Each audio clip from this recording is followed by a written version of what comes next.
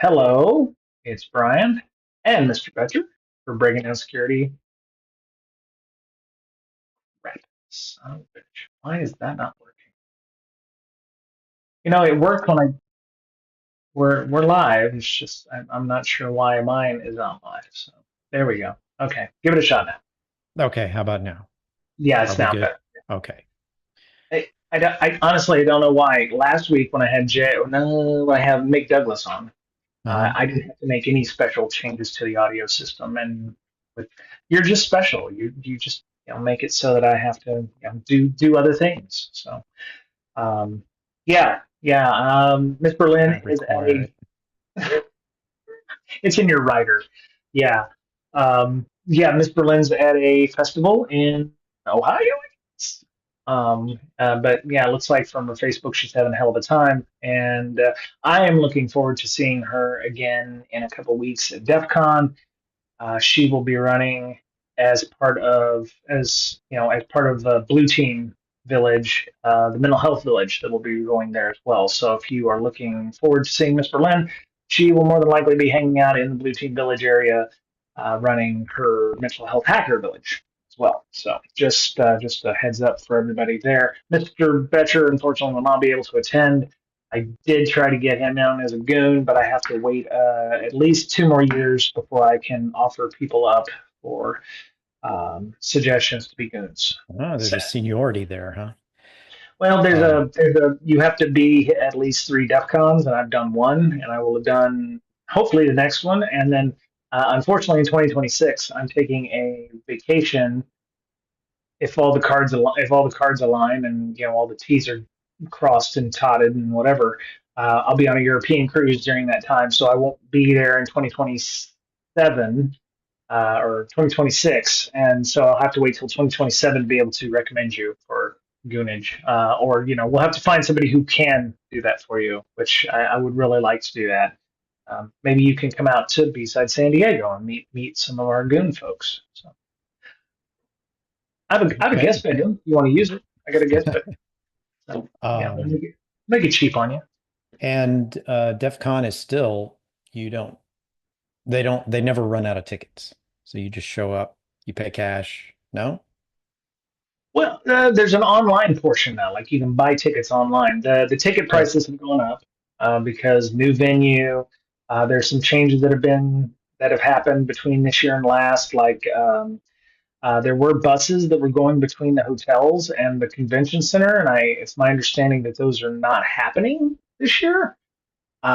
I am not commenting one way or another on whether that is a bad thing or a good thing or a good thing or a bad thing. It is a thing, just so everybody has a heads up.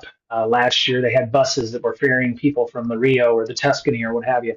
I don't know if that's happening anymore. I know that whatever transportation that we have will be for the goons. So the goons will have that transportation. I'm assuming we're back at the Rio again for bivouac, where our rooms were last year. And so because we have to be on site at certain times, they don't want us having to try to take Ubers or whatever. So, yeah, just be advised if you're watching this and it is 2025 and you are going to DEF CON, plan accordingly, and expect, if you haven't got a hotel room yet, you're probably nearly shit out of luck or you're going to be super off the strip. So just a heads up there. Yeah, Mr. Betcher, you can't get them online, but there's still the cash line, which last year the cash line was the shortest line. Everybody There you decided go. to do it online because everybody's like, oh, well, people will go to the cash line when they got here. So psychology being the herd mentality, everybody thought, oh, I'll do this because nobody else is going to do that. And collectively, everybody thought, well, okay, I'll do that. So about 45 minutes in, I think last year, there was no line for the cash line, and there was still about, I don't know, 20,000 people in the line that stretched about 15, switchbacks through the system. So, it's a crapshoot. I would say you're probably going to be okay if you pay in cash in person. You'll probably have a shorter line. I would say still, there's still going to be people buying them online and doing that. Um, Well, they don't have to look and you up. that's true. That's true. If you just plop the cash, that's good. The other thing is don't expect the ATMs to work at the convention center. Last year they secured those, so if you're looking for the cash option, you're going to need to get the cash before you come to the convention center. um, yeah, yeah, that was interesting. They're unhackable, except there. Well, they're unhackable because they're unplugged and they're not working. So Right. yeah, and the food court uh, did not have the credit card machines on the network, so they were what do they call that? They were buffering all the transactions, so you could swipe your card, buy whatever you wanted. It didn't show up on your credit card statement until like 3 days later when they finally, downloaded all that data off of the card terminals and then, ran those things. So, um, because obviously security, right? So, um, I don't know if it's going Wow. to be the same this year, but that was what happened last year. So And if you, well, okay, take a lot of cash, and if you have any left over, drop it on red that's and right. see if you can double your money. Don't crap out. Don't crap out. Yeah, yeah. Um, Actually, but I still like the convention center for the venue. You don't have all the hotel stuff. I mean, I went into the Rio last year. They were remodeling a good part of the system, and it was a bit of a pain in the ass. But hopefully they'll have all that done this year, and that'll be fine. So yeah. Let me make sure we don't have anybody in chat. Okay, cool. Oh, before we get started, we got some news. We got some stuff. Thank you to Only Blades, Manoj Sitaram for following, Farir for following as well. So we've got 3 new followers. We're up to like 900 followers on 941 followers on Twitch. So well, we're doing pretty good. We're doing pretty good.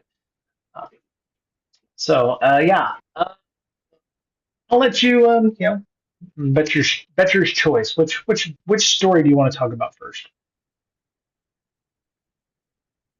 Standards to aim to Standards. tame our AI Wild West. Yeah. Yeah. So this is a ZDNet article from Joe McKendrick, contributing writer. He's saying that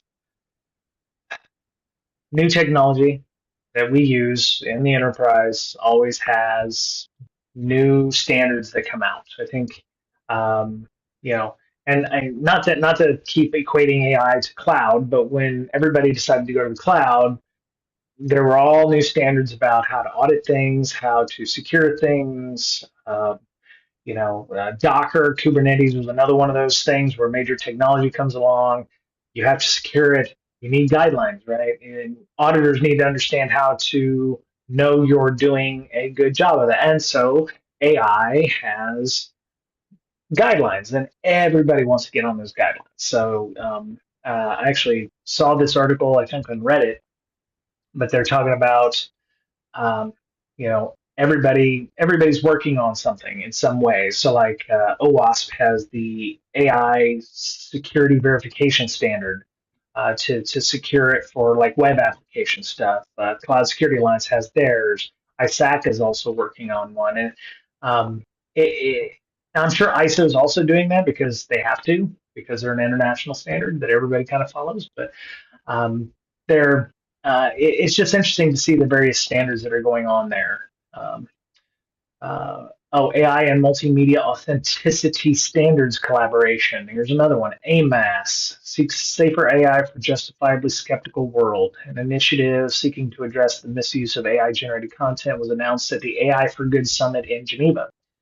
So yeah, there you go. ISO, IEC, and the International Telecommunications Union are all involved with this. So um, what do you think about that? What do you think about having standards?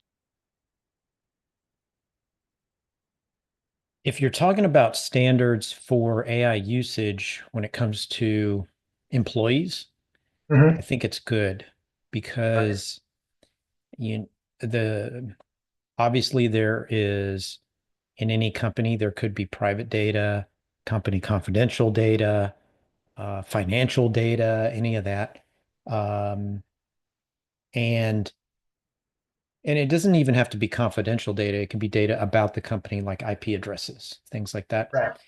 Right. And if you ask AI questions and you put some of this data into the AI unknowingly, Sure. you don't know where it gets stored. Right. Like you upload document it and it accidentally like, oh, I uploaded this zip file and it has, salaries in it or something. Maybe you work in Right. HR or you're trying to figure out, okay, whether the salaries are fair and stuff like that. So you tell the AI, here's our average salary, things like that. So there should be guidelines in place so that employees don't accidentally upload things that they shouldn't. That Right. said, there are tools that you can force upon your employees that sort of protect them from doing that accidentally as well. Right. Right. So what I found interesting about this article is they said that the AI, like you were talking about, not just with data standards, but this is to make sure that they're using it in a way that doesn't affect privacy in this case.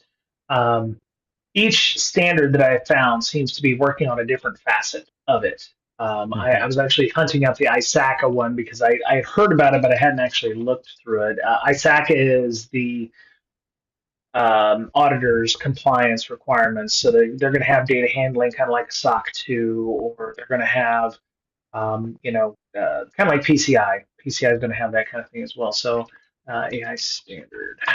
Uh, yeah, so they already have a certificate called Artificial Intelligence Fundamentals Certificate. Weird.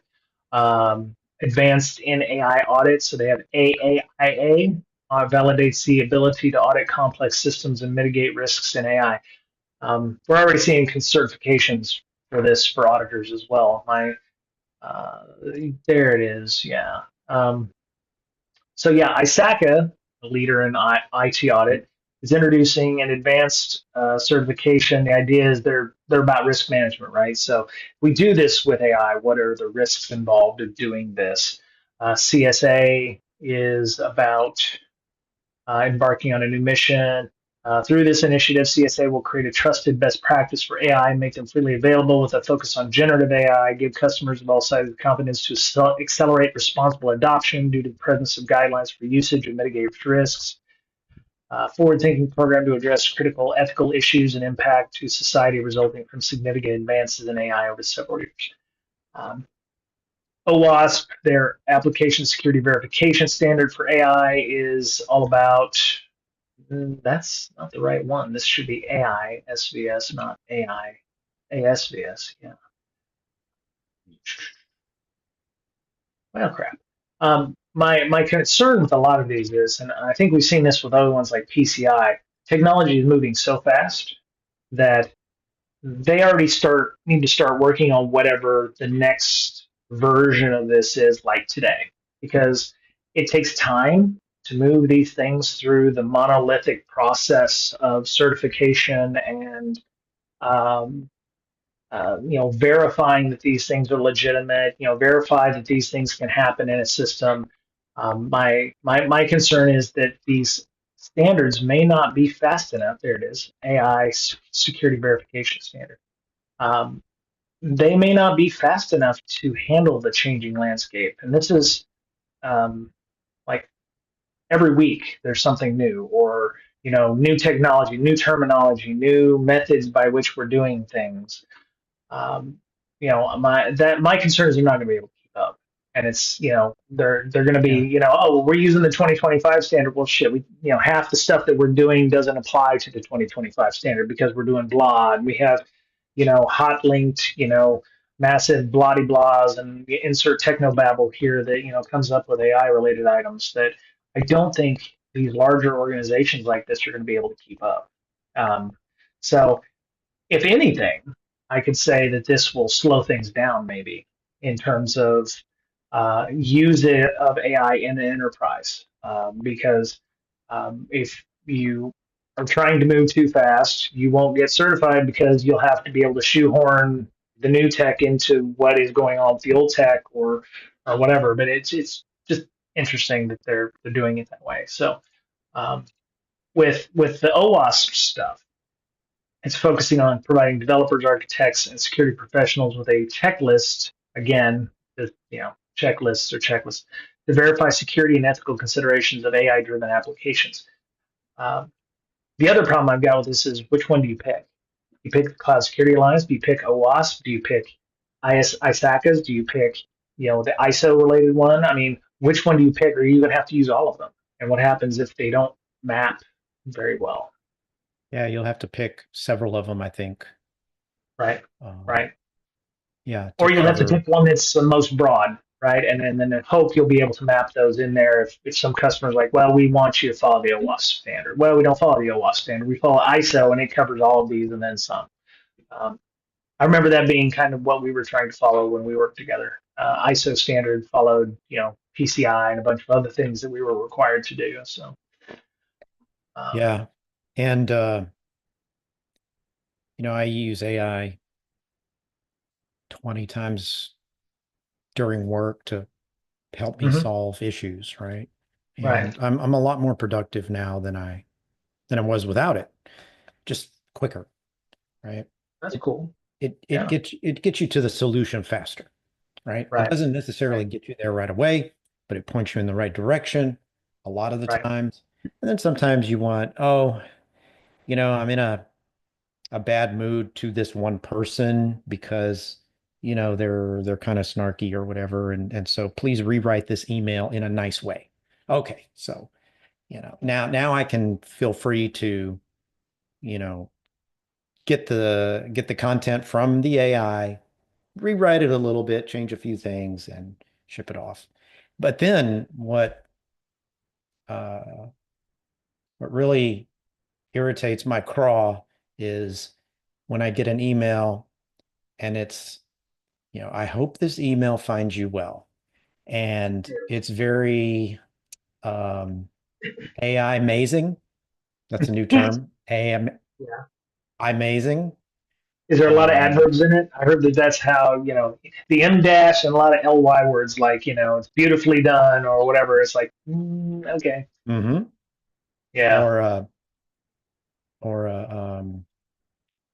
when it has the examples in the dashes, in between the Right. dashes. Yep. Yeah. Yeah. Yeah. The EG, two it M always says dashes are, EG. yeah, EG. Yep. Yep. It's like the new phishing training. Like you have to find out if, so Yeah. let me ask you, does that bother you? Does, does it bother you if somebody sends you an email like that? Yeah, it does. Even though I use AI on certain emails just so I can change my attitude and be not because I'm very abrupt. When I send an email, Right. Bob, you need to do this, you know.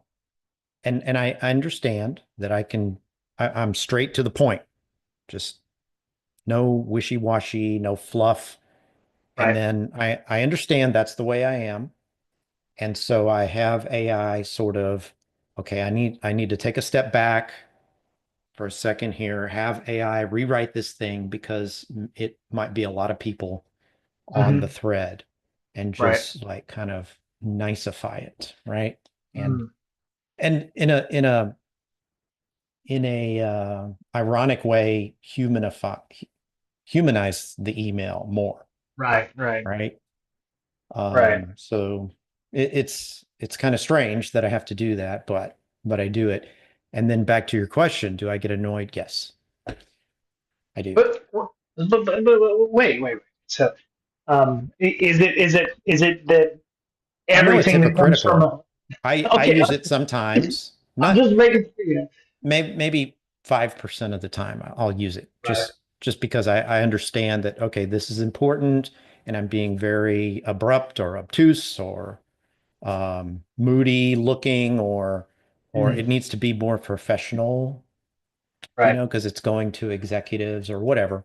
So I'll have AI help me out. I'm not going to copy and paste for sure, but I'm going Oh, to take a sentence fragment or something and paste it in there. Or if I Yeah, have to explain something in one sentence that I could take an entire page to do, just shrink sure. it down, give me an idea, you know? Yeah, But yeah, I don't think many people notice it, or maybe they have uh, they guess that it might be AI, but you could put it in a what are those things called? The AI detectors.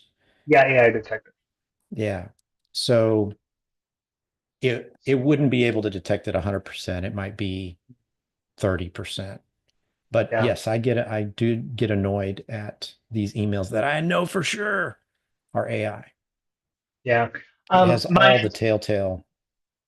I don't use AI a lot for generating emails. I actually find that I end up, somebody says, "Oh, you need to write a one pager on something," and I Yeah. find myself stuck with, well, how do I start? Where do I go with this? Or we've written this document before. I really don't want to write this thing again. Hmm. How can I freshen the doc up to make it a little better or something like that? And I have used it, and we're actually encouraged to use it because when you invest billions of dollars in that technology, they want you to use it as a force multiplier or what have you. I am okay with using it. I don't think I've seen a lot of folks, because I am to the point at work. I will.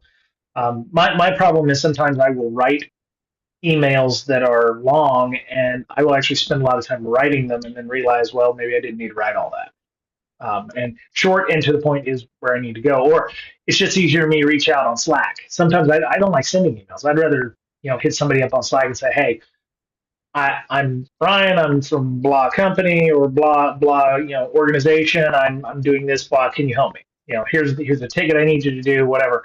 I tend to not use a lot of email, and so my Slack messages or the messages I use for that are the one thing I would love for that to work for, though, where I could use AI would be like um, have it listen in on meetings. But we're still running into some I wouldn't call it wiretap, but consent kind of things. But I would love because when I try to take notes, my brain works faster than my hands do, or I can't type as fast as I think. So I miss things.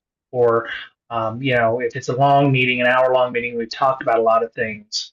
I find myself missing things in the meeting, and my boss is like, "Hey, didn't we talk about blah?" And, oh yeah, okay, let me resend that email or whatever. So I would love to have some kind of AI where it would listen in on meetings in a legal manner, where everybody's okay with that, kind of like you're recording the meeting, like we were recording this Zoom Yeah. when we were done, then the AI would go, here's a summary of the meeting. Oh, I heard action items in this meeting or something like this, and here's the action items. So now I would love to have that because I think that would save people a lot of time because there are some people you invite meetings to because you know that they take really good notes and they're really fast readers.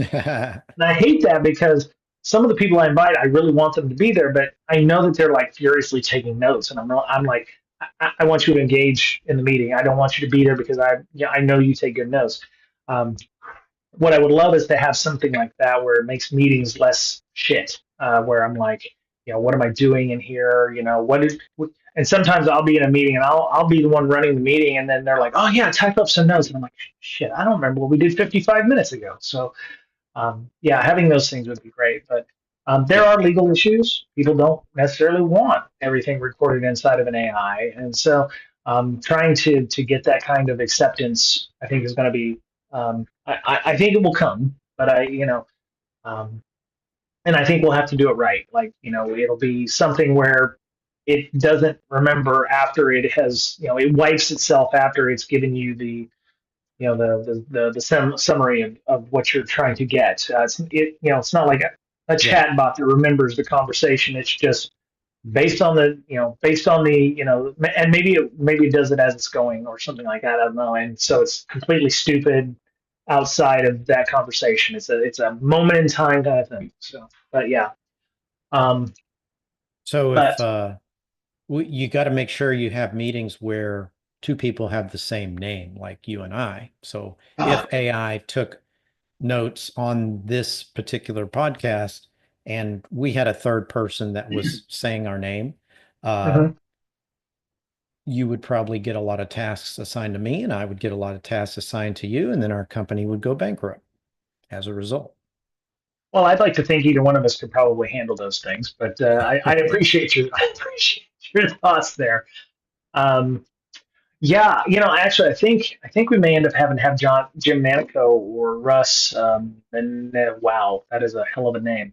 The OWASP folks are working on the AI security verification standard, and they have 13 different things to talk about there. But um, they're dealing with a lot of because AI is a web app.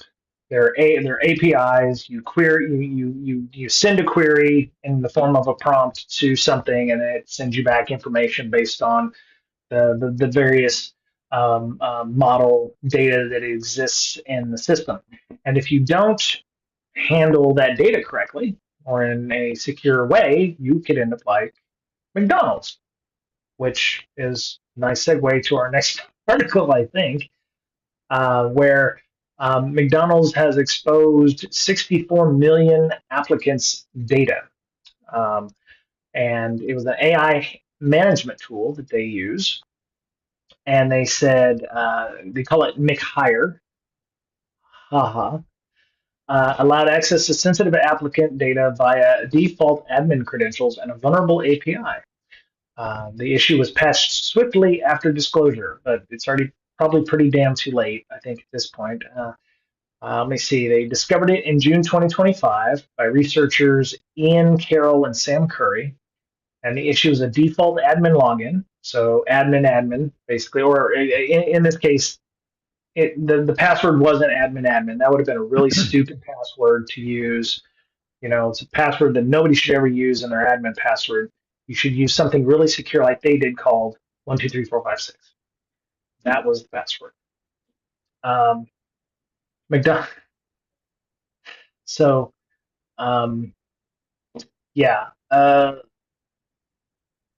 Your web Oh, apps. Go ahead. uh, okay. So the way they found this Right. was people complained on Reddit. Can you click on the complaints link? I don't have my Reddit account available. Oh, complaints. Here it is. Okay. Yeah. Let me click Yeah. on there. How, Says, what did they complain about? How did they know, like, what was going yeah. on where they kind of suspected something was going on? Okay. So they said McDonald's high. Okay. So the article title, and I will post that into chat for everybody to look at, and I'll put it in our show notes as well. It said the title of it says McDonald's hiring AI is making me go insane, and I think the AI is called Olivia. I think. Um, It says, "Thank you for your interest in McDonald's. We'll reach out to you within 3 business days." The person replies back, "I also want to apply to one of RT13." It must be a job title or something. The AI comes back, "You're eligible. You are able to apply to multiple jobs that align with your skill set and interests. Which opportunity you're interested in?" Crew member at the McDonald's on Route 13 in Cortland. Oh, okay, so Route 13 was the name of the store or whatever. Check out this link, search for the restaurant. Okay, already frustrated because I've applied to so many jobs. It's crazy, and I'm just trying everything. Apparently, McDonald's uses AI to do a couple screening questions and didn't even ask for a resume. The last slide is what really got me. Okay, what? There it is. All right, last slide.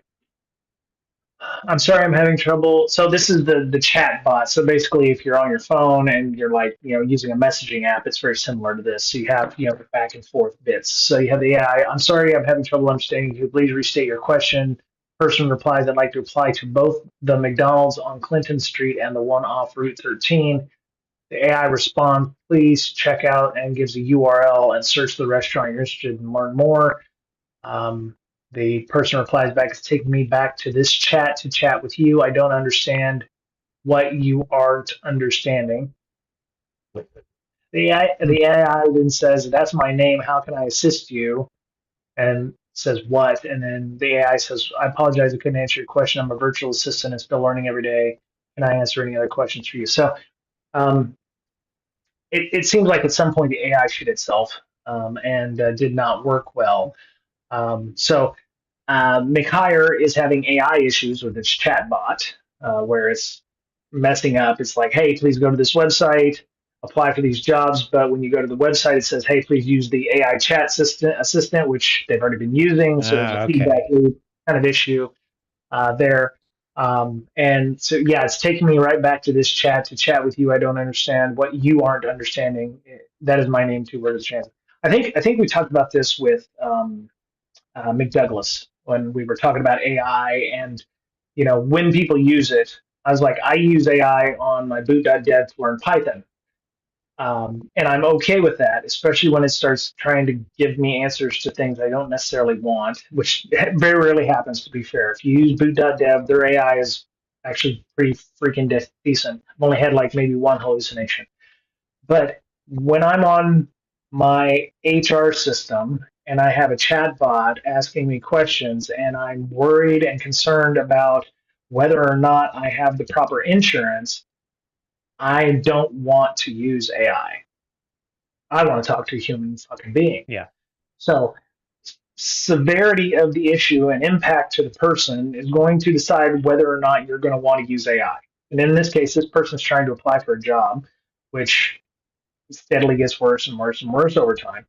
Um, if I'm worried about my pay or I'm worried about my benefits, I'm not going to have a nice conversation with an AI. I'm going to want to have a nice conversation with a human being. And I've actually had to ask the chat bot after they've transferred me to a human if that was actually a legitimate human. Because sometimes the human has the same script that the AI has, which is sad. Um, but yeah, but going back to McHire, yeah, apparently the app tries to force a single sign-on, which isn't awful. There's a link for the Paradox team members that caught their eye, according to the security researcher. Without much thought, we just entered 12345 as the password, and we were surprised when we immediately logged in. That's not good. That means when they set it up, either the people who set it up thought that nobody would ever guess that password, or there was, you know, God help them if that is the same password that is on multiple implementations of this AI system across other organizations. So, Right. um, yeah. So they found IDOR as well, which is fairly typical of these API systems. Uh, they discovered an internal endpoint using a predictable parameter to fetch applicant data by simply decrementing the ID value. They retrieved full applicant PII, chat transcripts, contact info, and job form data. IDOR exploit exposed not only contact details but timestamps, shift preferences, personality test outcomes, and even tokens that could impersonate candidates on the. So that's bad. You could actually actively thwart people who are trying to find jobs on McDonald's Well, hiring not only website. that, but if they knew who these people are, they've got their email address. Oh yeah, They could actually then email them and say, "Hey, right, um, right, give us right. your bank information so we can deposit your first check." Yeah, yeah. Congratulations, you've been Something hired. like that. Yeah, congratulations, you've been hired. Oh, by the way, and I've seen this on our job scams a lot, or like our scams on Reddit, where somebody's like, "Is this a scam?" And you read the instructions that these people have gotten. They're like, "Oh yeah, for your first day, you're gonna need to send us $20 so we can ship you your laptop and everything." And people are like, don't fucking send them Yeah. money. They're a real company. They will never ask you to pay them to send things, computer and your Right. everything to you. And I'm like, Jesus Christ. And that's the problem. People are so desperate for a job, they'll actually think that this is a legitimate issue, and cause problems. So they disclosed this on June 30th, 2025. I'm assuming that it took them 9 months to fix this issue because it just came to light on July 11th. So it took them a while to fix this, almost a year. Or no, I'm sorry, not a month, not a year, a month. I got my years wrong. So they figured it out on June 30th. It was fixed 10 days later, which is actually pretty good. That's not bad. Um, let me see. Default credentials were disabled, endpoint was secured. Paradox AI also pledged to conduct further security audits that Carol noted in the blog. So McDonald's did their due diligence. They considered this a critical issue. There's probably a potential breach, so they're doing incident response to find out if somebody's, hopefully they've got logs on their AI that allow them to see who's accessed the admin password and panel and from what IP address and what have you. If the other thing that I Yeah. would suggest, The problem was security researchers found it, right? right, right, So right. I'm assuming pen testers, they pen tested I the hope web so. app. I hope so. And They pen could, testers yeah, are more than likely going to find default creds or easy creds. right, They right, fuzz those creds usually. yeah. It could be a bug Um, bounty too. I mean, bug bounty people do work in pairs, so it could have been a bug bounty program. I'm not sure. It doesn't state in the article. It just says security researchers, and they don't mention it's a pen test or if they were bug bounty. So yeah, I mean, this would definitely be something you could find in a pen test or a bug bounty or something like that. And either way, it's good that the company took it seriously, and they fixed it in a timely manner. My concern is if it's in one API, depending on the infrastructure, this is going to be in multiple APIs, or IDOR type issues, or they run amok in a the IDOR issue. That means they're not using maybe proper values, or instead of using like UUID, which is the really long value that and sometimes mostly random. Um, you know, there could be some other things. Maybe the researchers did find some other things, but they just this was the yeah, worst, right? right. They did say rapid patching saved the day by January 1st or by July 1st. Default credentials were disabled, endpoint was secured. Paradox AI also pledged to conduct further security audits. I don't know what is Paradox.ai. Is this the system? If they're the company that made it, that means that there may have been other organizations out there using Paradox AI stuff, and depending on who set it up or who, my thought is, they gave them an AI. Here's your McHire system. It's all nice and skinned with your McDonald's logo. Here's the password. Make sure you change your password. Okay, cool. Yeah, yeah, whatever. We'll do that later. Um, Yeah. that's Olivia's creator is Paradox. okay. Okay, so um, yeah, if you use Paradox.ai and you haven't changed your admin password from 1234556, because it's probably the same for every admin account when you're setting those up, that's a problem. Uh, yeah, yeah. They say even though no indication of data has been used maliciously yet, so that it may be too early in the investigation to know whether or not all that data has been leaked. Um, my other concern is about the tokens. Did they revoke the tokens? Can they revoke the tokens that impersonating candidates on McHire? That would be problematic. But yeah. So Paradox also put its version on the website, saying that the security researchers were able to log into a Paradox test account related to a single Paradox client instance using a legacy password. Okay, so there must be some sort of tendency that they have. They swear it was a test account. Admin seems like a fairly good, not test account type, account. I wouldn't necessarily call the test account admin. It's just me. Um, and a legacy password. Well, hopefully they will fix their process so that they don't have legacy passwords to begin with, or allow people to set those legacy passwords. You shouldn't be able to set a password 1234556. There is technology that allows for that to not set the top 100 shitty passwords, like password or 12345, or and a 6-character password at that. So that means their password complexity is not good at all. There should be two-factor. There should be other things. Oh, Right. no. But they're not the only ones, though. At the end of the article here, they mention a company called Talent Hook, which is an ATS system leaked 26 million PII files through a misconfigured Azure blob storage container. So the S3 bucket equivalent, I think, at Amazon at Azure, they leaked 26 million personally identifying information files. So um, yeah, I mean, just like any AI is just another web app in many cases, and you need to secure it. Hence the OWASP stuff. They're trying to use that standard on the back end to make sure that your web apps are doing what is necessary. So follow the OWASP top 10, but also look at the AISVS and the application security verification system for similar guidance. It seems like it would make the most sense. Um, okay. Okay, so at the end of the article, it says more on passwords, and it says why 123456 is a great password.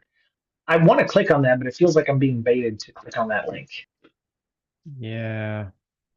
I don't want to click it. I clicked it. Maybe it's a phishing link. Yeah, well, I just got fished. So, um, yeah, okay. Simplest passwords are useful within a strategy that saves the hardest to remember credentials for those critical sites and services. New research shows that 123456 is a good password after all. Mm. Yeah, Many no. sites For many sites, ask for passwords. They require no security at all. They basically want to get the email address to contact you, but there's nothing to protect. Okay, all right. Now, I will kind of agree with that. If you go to a forum, I have passwords that I use for sites that I don't give a shit about. Like if I go to a forum, I have passwords going back 15 years. If it's a forum where I maybe responded one time on that forum and I don't have any real information in there other than maybe I asked about something for Linux 15 years ago on a site, I may not use a 45 character password, upper lower number, special emojis, hieroglyphs, whatever, um, because I don't have anything in there to lose. You know what I mean? Right. So I don't disagree necessarily with the 1 2 3 4 5 6.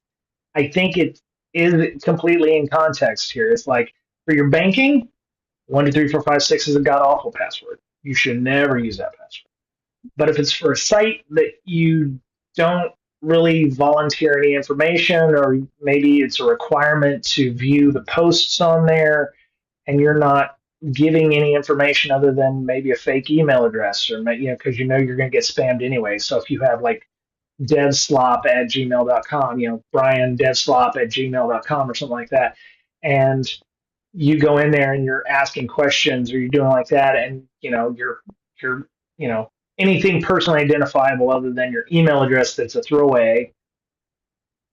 Yeah. Say 1 2 3 4 5 6 is an okay password. You still have your IRC password, Brian? Yes, it's in my password locker, and I still have my handle.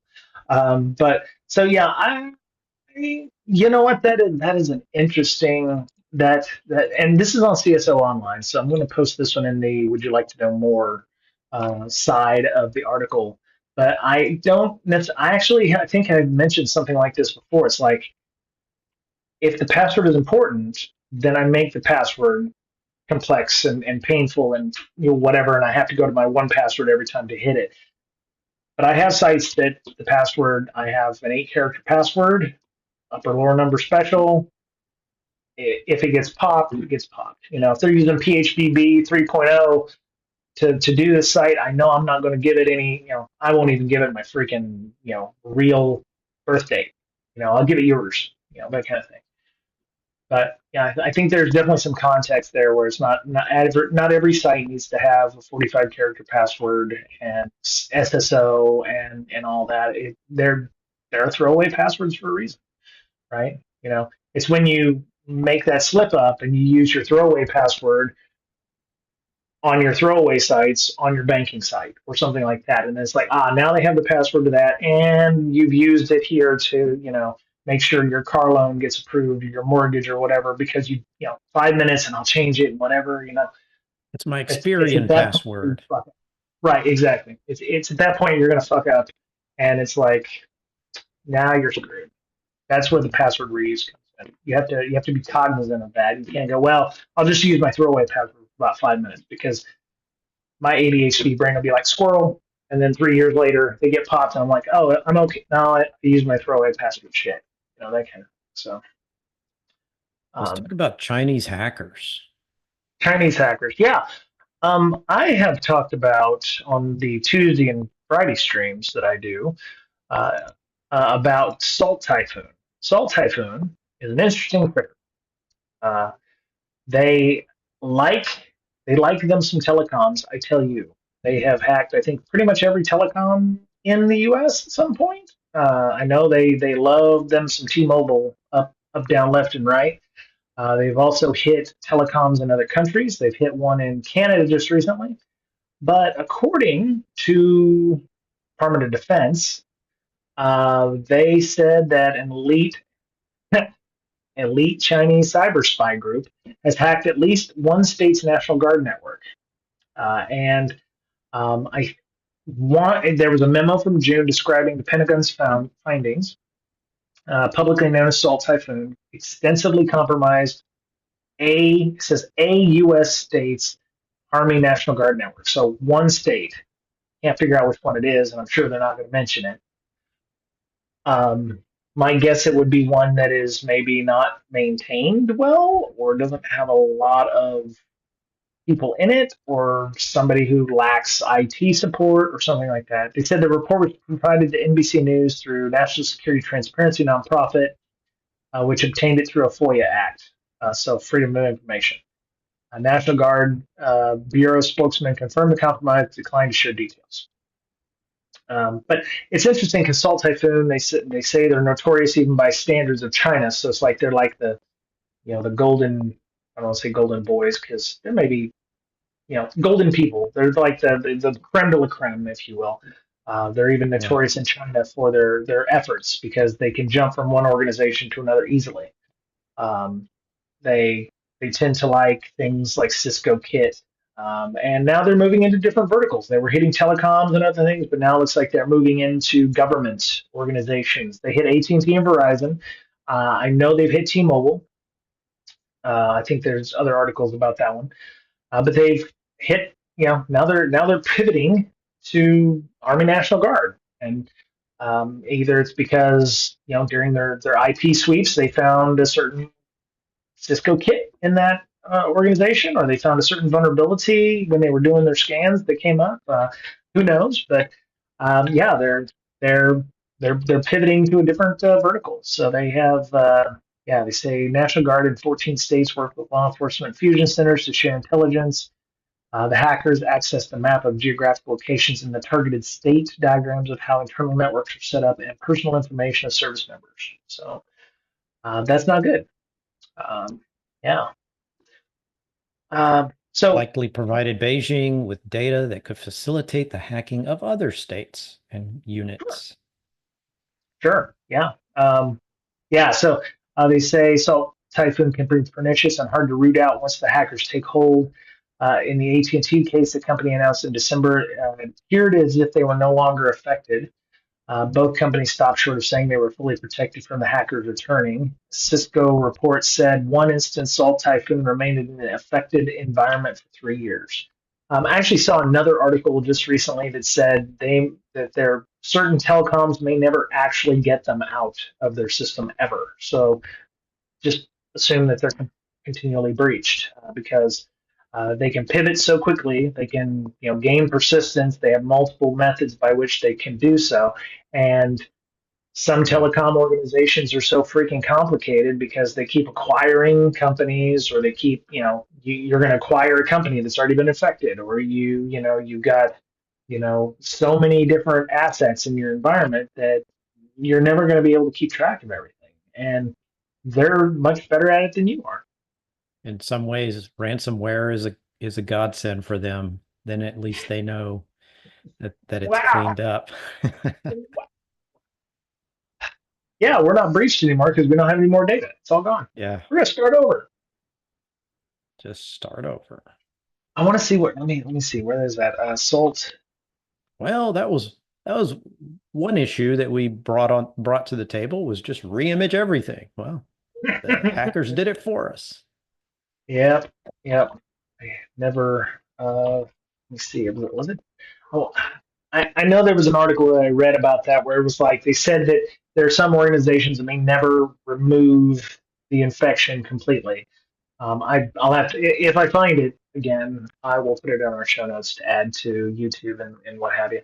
But I think this is an interesting article because there are a lot of folks out there that probably go, well, we're not a telecom, so we're good. We don't have to worry about it. We're not a telco. We don't have to, don't worry about it. We're a bank, so we don't have to worry about salt typhoon. We got to worry about scattered spider or something like that. Um, and I think, especially since Salt Typhoon got bored with the maybe there's no more. I don't want to say benefit, but they're bored with telecoms because it's freaking easy to do. Like they don't patch their Cisco kit as fast as they should, and when a CVSS 10 comes out, we're already in. So let's go find some more challenges. And hey, we've got a list of things. Hey, here's a hospital. Here's an Army National Guard in some state in the U.S. Let's get them.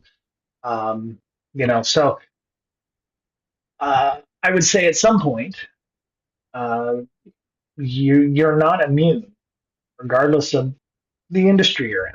I think they hit. I think I want to say scattered spider was hitting airlines, and then they moved to hospitals and stuff. So you see these people in the news, and you're like, oh, thank God we're not a bank. And then you're like, oh, they're Right. coming for you. They're going to come for you. If their IOCs or their TPPs or whatever it is that they use is a Cisco kit, and you're using Cisco kit, they already have you on the list. When they get bored Mhm. with the banks, they get bored with the hospitals, they get bored with the Army National Guard bases, they're going to come for you. And I hate. I know that sounds funny as shit, but it's like you know, this is one reason why these kinds of things need to be brought up in meetings, or um, they need to be brought up in terms of, because I think there was another, I saw a Reddit article. Somebody was like, how do I justify the management spend, right? How do I get them to do that? And these are the kinds of articles where you don't want to go in and go, hey, they're coming for, they're scattered spiders bad, and we need to protect them by buying $100,000 a kit because that's not going to protect you. The point is you need to be faster at response. You need to have visibility into your organization so that when something weird does come, you will be able to identify that and know that that's a thing. You need to have intelligence feeds or something that will let you know, hey, Sleepy Bear is, using these things, and you use these things in your environment. And, um, this is, it's not about buying $100,000 a kit. It's about using what you have already, or um, working to build out visibility, to build out these controls that you can have in place. If you have a bug bounty program, your bug bounty program, I actually started advertising our bug bounty program as a proactive control. You Yeah. shake your head like you know why I say that, but do you know why I Yes. consider it a proactive control? Well, they will find things that you weren't aware of, right? Sure. And it's on, you can have it continuously going, Right. right? Exactly. Exactly. Potentially, Exactly. depending on, you know, I guess you have to spin up new campaigns so it doesn't, get old. But yeah, every Right. time you make a change to the website, spin up a bug bounty if you want. Right. Proactive, yes. Yep. Yeah. Ours. My thought, my thinking about it is, it's control. It's not a we can control that narrative. When the researcher sends us the bug, kind of like the McHire thing. I don't know if those folks were bug bounty or whatever. They found the issue, they reported it, or they were doing a pen test and they reported it as a critical issue. if it came through in a bug bounty, that's a critical issue. The Hmm.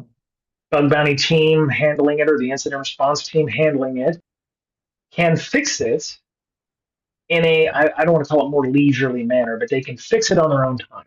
They can prioritize it accordingly and fix it, in the next week or the next 10 days in this case, like Yeah, 10 days. Like that's if right. this was if this was in the news like, hey, Scattered Spider has, ransomware McDonald's, that is out of your control.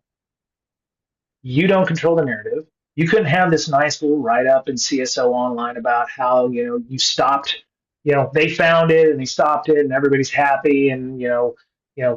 there's less damage there, right? And so when I speak about bug bounty in that way, I'm like, we're going to find these things before the bad guys do. This is in good faith. We can fix it on our time in a more leisurely span, other than, hey, drop everything that you're doing, including like your latest software or feature release, and fix it now because you don't have a choice, because now it's all over Twitter, it's all over whatever. You can say, we're going to fix this in the next 15 days, or we're going to fix it in the next review cycle. Here's our mitigations. Instead of having incident response come in and do their incident response thing, where now your shit's all disrupted. Now you've got to have meetings, and your release is going to get pushed because of this.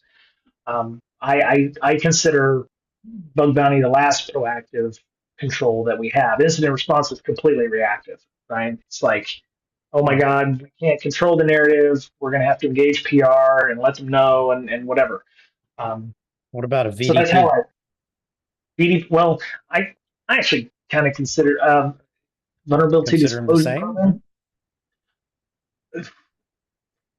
I would say that some companies would treat their VDP program in a very similar manner to their bug bounty. Hmm.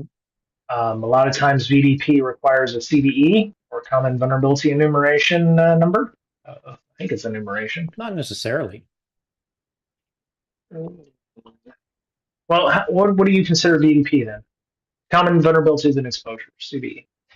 Um, Um, well, you advertise it on your website, like in the okay, security.xyz.com or sure, xyz.com/security. You have a sure. vulnerability disclosure program. Typically, Mhm. it's with your bug bounty company. All Right, right. So that anyone in the world who has a vulnerability, any security researcher or ethical hacker, whatever they call themselves, they can securely, anonymously um, disclose that vulnerability to a trusted third party. And hmm, they know that the company's not going to turn around and sue them.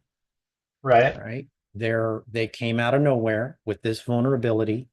Now the vulnerability is submitted to your bug bounty company, right. and they go through the whole validation process, and they protect both sides. Okay, so wouldn't the bug bounty program do about 95% of that anyway? As you mentioned, your Well, VDP goes through. they have to have as part of their, I don't know, their research group. They only have a pool of hackers, whereas the vulnerability disclosure program, it's Right, anybody that has maybe a Shodan account and can search for their attack vector right, online, right, and you just happen to be one that spun up in the query that they right. ran. And so Well, now so you're a target potentially. if your bug bounty program is public, isn't that your VDP program? Yes. So if you have a public bug bounty program, that's your VDP. I mean, I've seen organizations and companies that mention in their public bug bounty program that, this is good faith. Okay. So those two, Uh, a public bug bounty program and a VDP, are the same thing.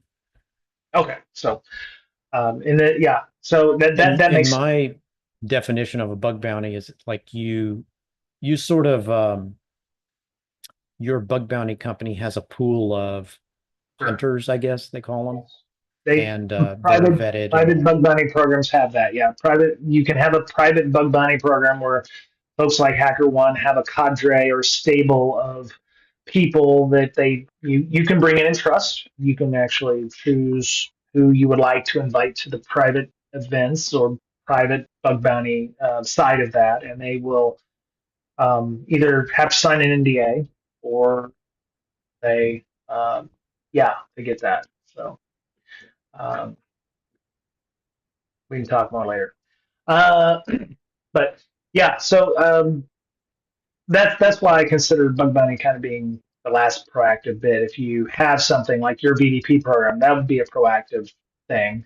In this case, BDP is a little different because, like you said, it could be anonymous. It could go through a third party. In this case, third party would be HackerOne or bug crowd. Synac. I want to say Synac also does something Yeah, similar. there's many of them. Yeah.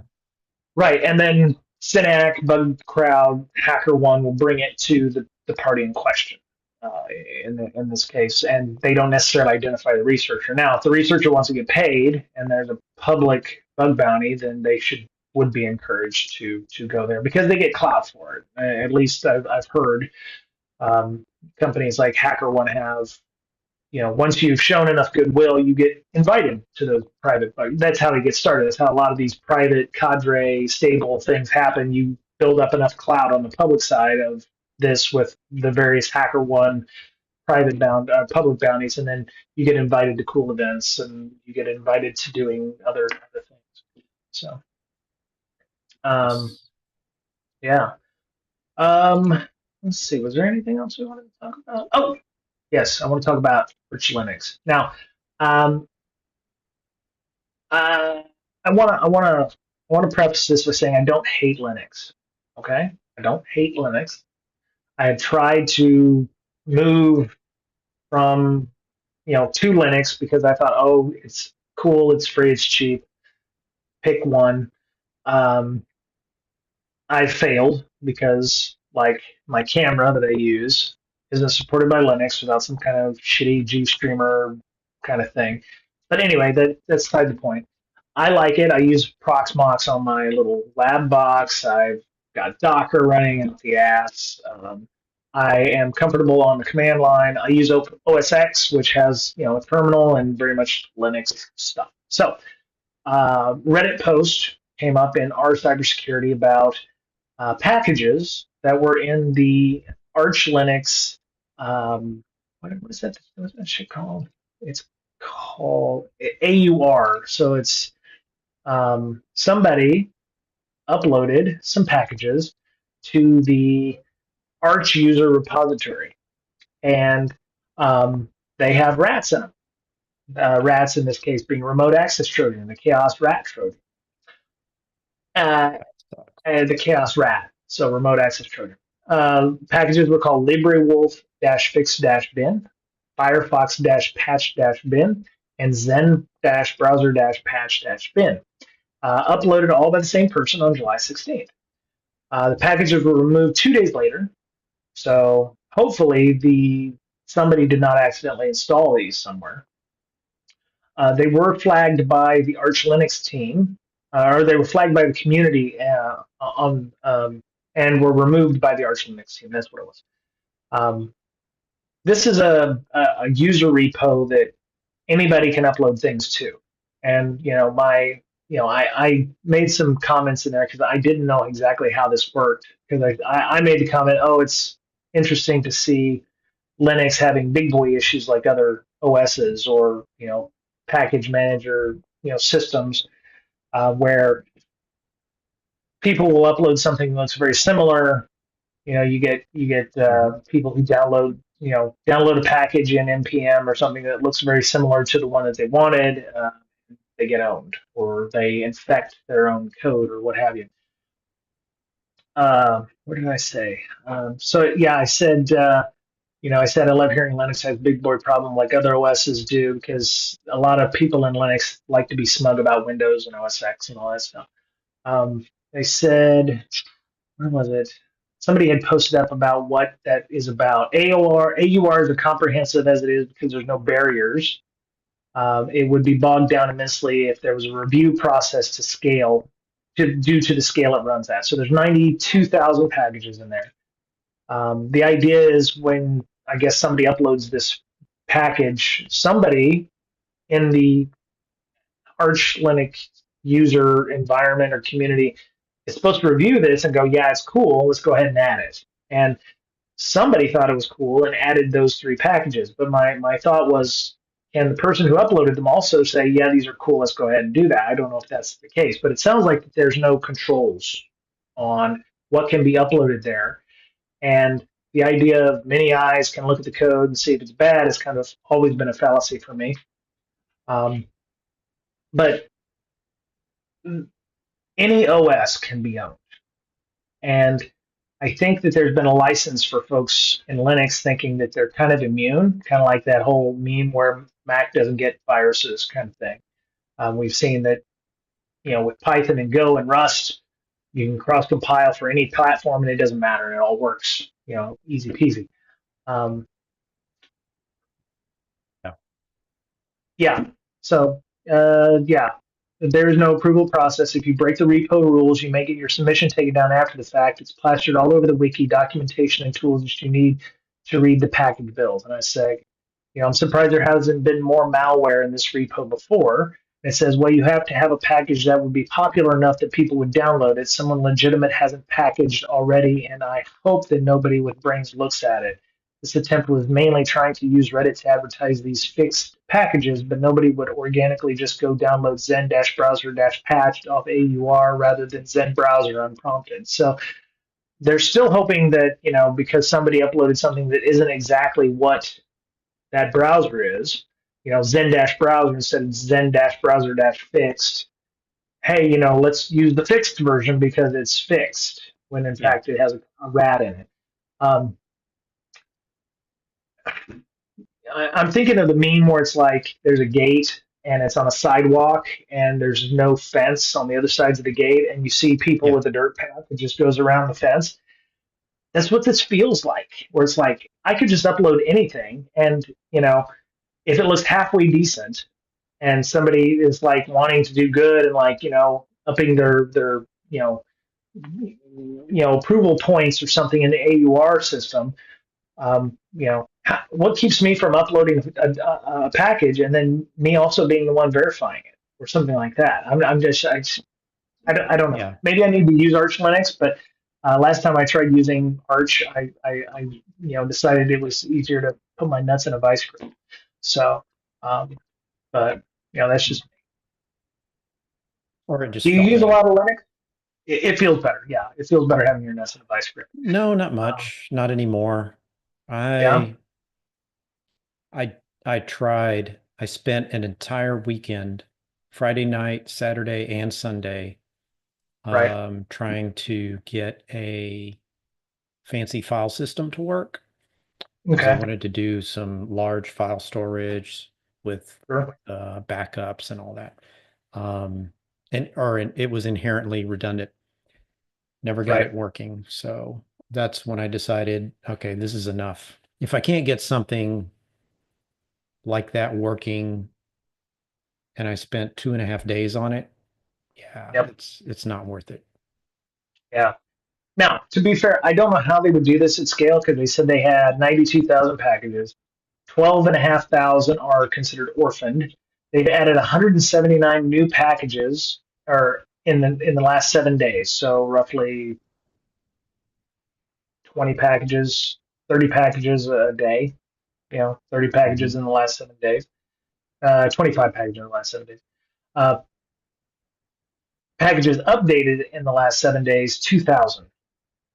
And packages updated in the last year, nearly a third of the 92,000 packages have been updated. So it's That's a lot of work obvious. to review all that. Oh, 100%. I mean, I think we had Adam Baldwin on when he worked at NPM, and he said he had a million packages to look at, at any one time, and they're constantly getting updates. This process here is untenable. At some point, there's going to be a cascade failure, or there's going to be something where somebody's going to be able to update Firefox-bin with a rat that everybody's going to download. There's got to be some way that they're going to have to solve. I can't solve this for them, and I'm armchair quarterbacking. I'm going to hypocrisy for the win right here. This is untenable. A a blindly trust, that this package is working, and blindly trusting that some Joe nobody is out there going, oh yeah, that looks legit. Somebody had to approve those three packages, Mhm. which means they didn't do their due diligence. They just said, oh, that looks legit. Let's go ahead and apply that. Oh, there's 500 packages waiting to be approved. I'm just going to go ahead and select all yes. And it's like, that's how you get shit in your environment. I would guess there's already shit in that environment that could own you up without being the chaos rat. Um, and it's only because somebody had the wherewithal to look at the package build, whatever. Maybe on the off chance that that happened. But it was in there for 2 days. So it was in there for 2 days. How many other things are sitting there? 2,050 packages got updated in the last 7 days. How many are legit and how many are not?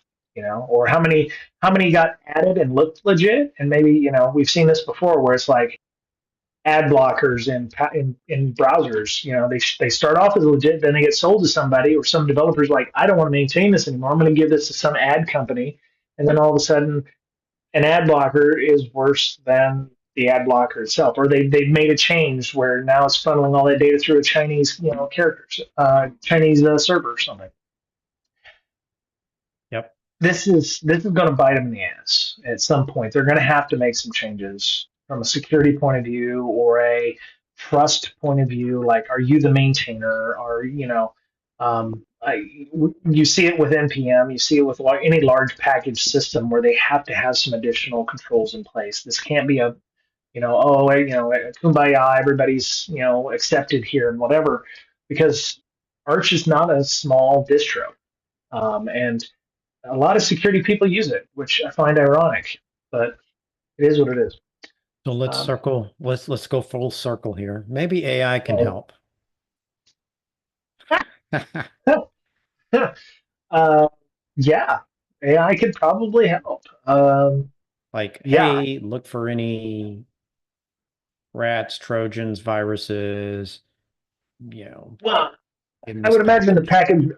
I imagine the package build is not going to go, "Hey, I'm really not a legit package." I mean, there's going to have to be something you're going to have to create detections for, and um, it will be a non-zero amount of work. The problem is, who's going to put that bell on the cat, right?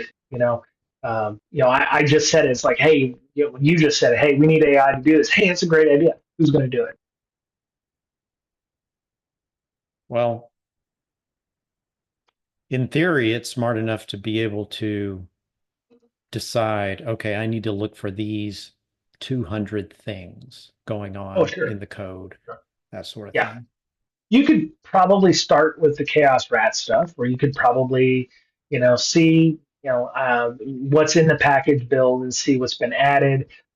Assuming there's a change log, or you can look at the diffs in the code, or whatever. Um, Maybe once I learn how to do all the AI things with Python and all that, I'll be able to build something like that. I've always we're it would make sense, To the but rescue. Yeah. yeah, I mean, I mean, in I do theory, know, AI is smarter than any human now, right? so In it ought to theory. be able to do the job.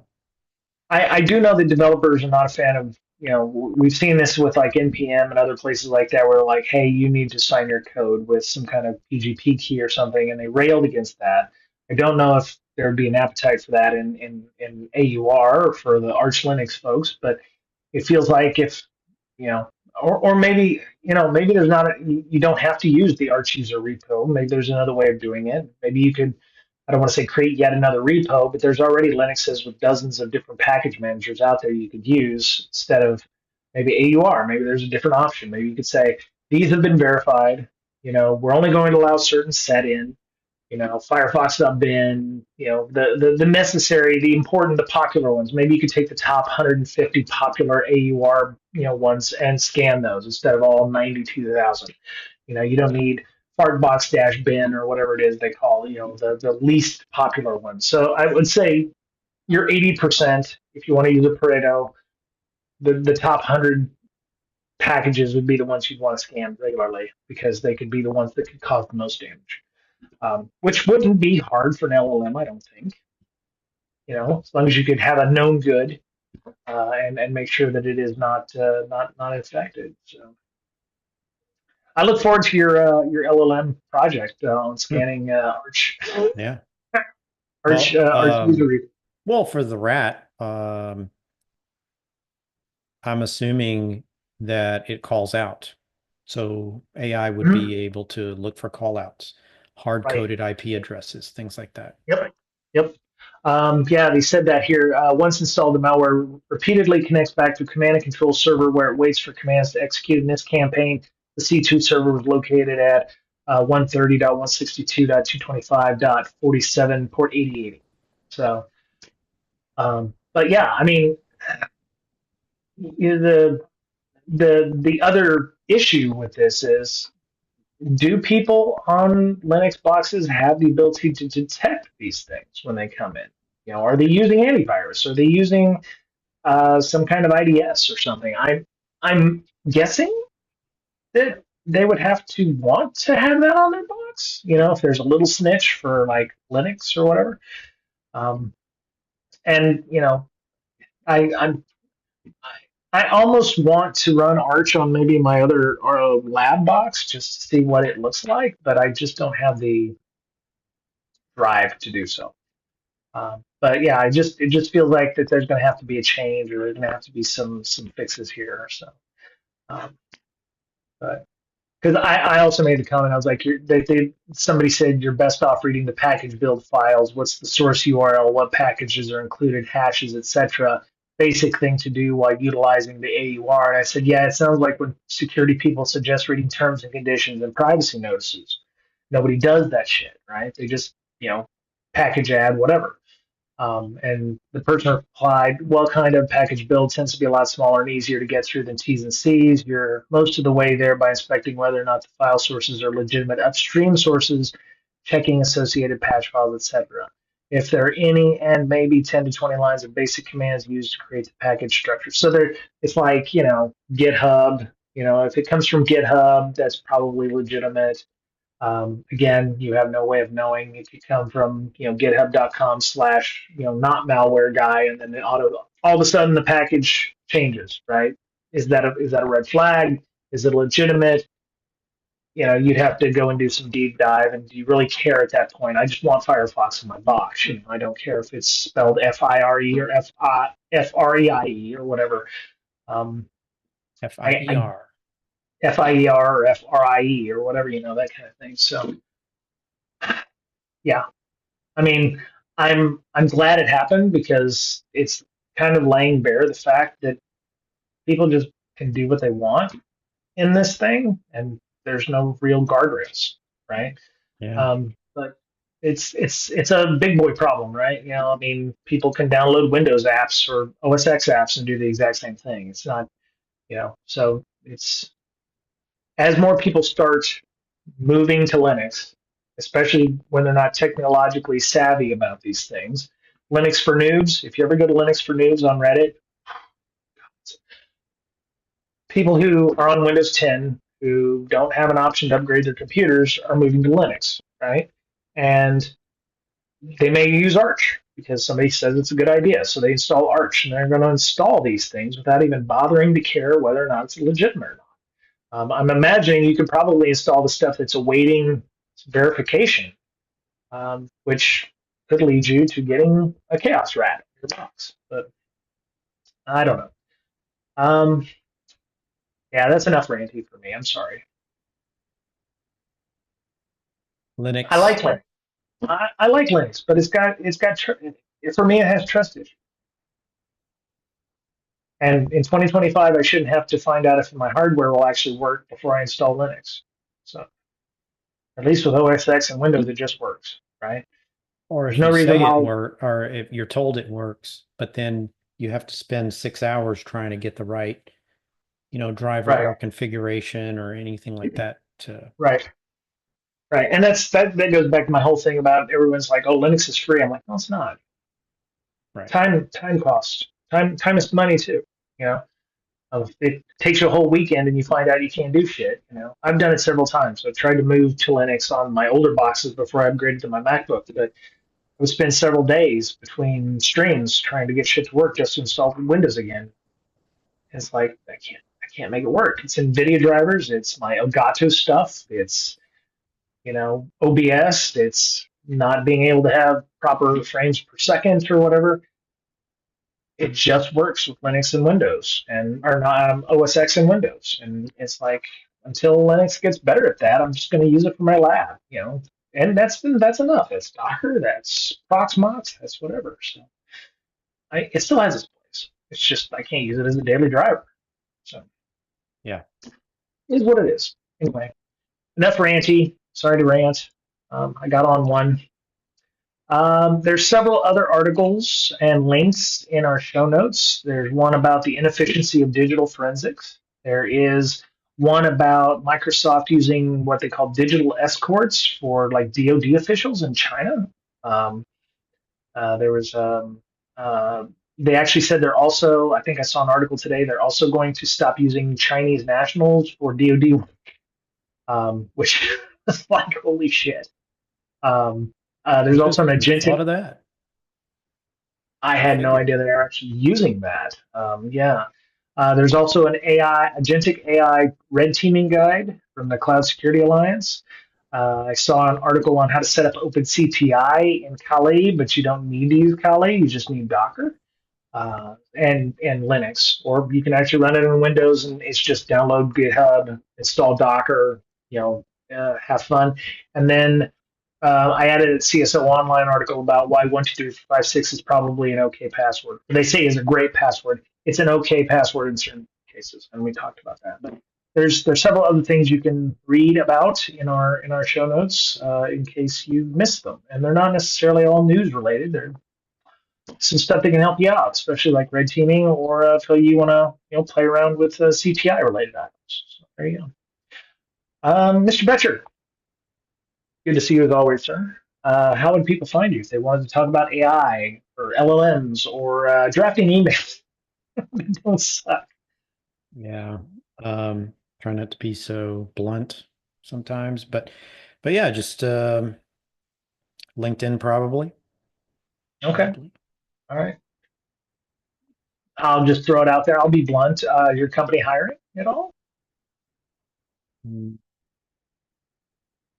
I think for certain positions, but not for, security.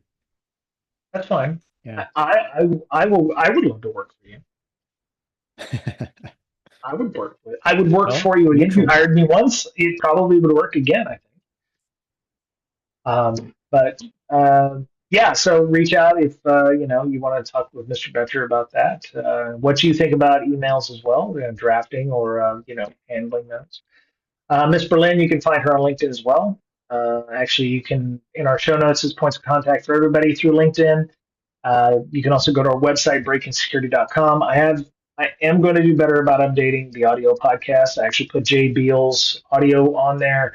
Unfortunately, we've run out of space to be able to upload new ones this month. But if you go to our YouTube channel, it has everything that we've done, including my Tuesday and Friday streams where I'm learning Python through boot.dev. I'm learning the game Asteroids and learning how to build it in Python, How far are which you? is fun. I have the ship and it moves around on the screen, and I have the round asteroids and they fly around on the screen and they hit my ship. I'm actually going to be doing collision avoidance on.